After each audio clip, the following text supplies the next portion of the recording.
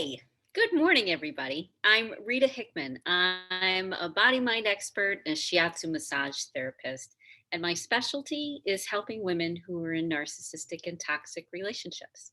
Help them figure out why they're there, what's going on, how to get out, how to change it, how to learn the lessons that you're supposed to learn, and how to get healthy again. There's a lot that's involved when we um, choose to have a narcissist in our life, and it brings with it certain lessons.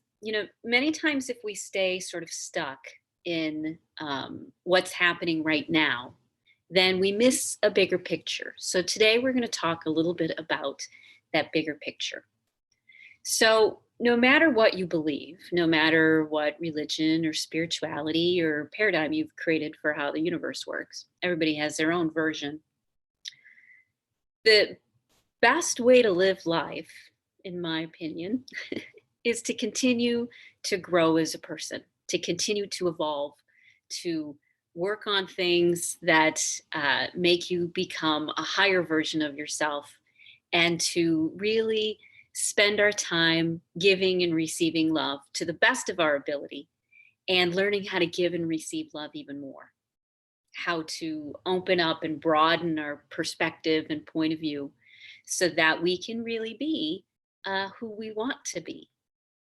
And many women who are in narcissistic or toxic relationships, we have the same sort of drive, this drive to care and nourish and nurture and to understand. And we've learned somewhere along the line that giving love is one of the best things that somebody can do. And then we look at around the world and we see, oh, people aren't giving me love the way that I want love to be given. And so these same loving people end up having to learn some very hard lessons. So, what are some of those lessons? What are some of the things that narcissists, particularly, can bring up in women to work on? Well, one of the biggest ones is self esteem. So, what exactly is self esteem? Self esteem is positive experience about succeeding at something. So, let's say you want to learn how to cook the perfect grilled cheese sandwich for you. And so you experiment and you try out different breads and you try out different recipes and you check out other people's restaurants until you find the best way to get the cheese sandwich that you want. And when you've got it down, pretty much anywhere you can go, you're like, oh no, I've got this. I know how to do this. That's self esteem. Self esteem is when you figure something out, when you realize that you aren't stuck and that it's a problem to solve. And even though it's an emotional problem, even though it's a problem around beliefs, and all of that stuff's always been seen as ephemeral, as something that we can't reach or touch. But emotions are right here in the physical world. They're in your brain, they're in your body, they're from the wavelengths that are coming off of you. There's a very physical piece to thoughts, feelings, and emotions. Very, very, very physical piece. And so we think there's nothing that we can do, that there's no changes that can be made. And that's just not true. That's just not true. And so self esteem around narcissists is realizing that you can change things, that you aren't trapped, that you aren't stuck. That's the first thing that needs to happen, is realizing that this isn't the place that you're meant to stay. You're meant to create a world that works even better for you, a world that lets you be the person that you're supposed to be. You get to create that. And many times, if we're in a relationship with a narcissist, we don't believe it. Or we believe it, we can create it only by somehow shaping or influencing or managing or controlling the toxic or narcissistic actions or experiences that we have. But that's really just not true. Part of becoming who we're meant to be is by reclaiming and exploring different parts of ourselves that maybe we denied. And many women who are in toxic or narcissistic situations, you learn you are some of the strongest, most resilient, most wonderful people. And in certain situations, doesn't probably were the narcissist yourself. because you weren't going to let anybody ever do that to you ever again, no matter what. See, we all have these capabilities. We all have the ability to fall down that trap and that rabbit hole of I will do anything to protect myself. But in reality, you don't need to do anything to protect yourself. There are just some things that you need to do. And one of the things you need to do is self respect. One of the core beliefs that women who are in narcissistic relationships need to embrace is self respect, respect of self, respect of the experience you want to have, respect for your wants, needs, emotions, ideas, thoughts, cravings, because you are a piece of spirit. You are a piece of the divine. You are a part of all that is. You are part of the great mystery. You are just as sacred as every other person out there. And your sacredness comes through you being you and not being controlled by fear, not being controlled by anxiety or anger.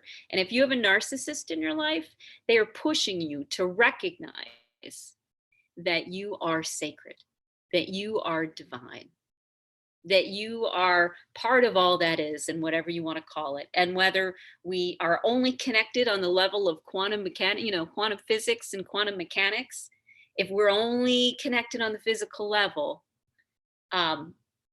it's still the direction we want to go.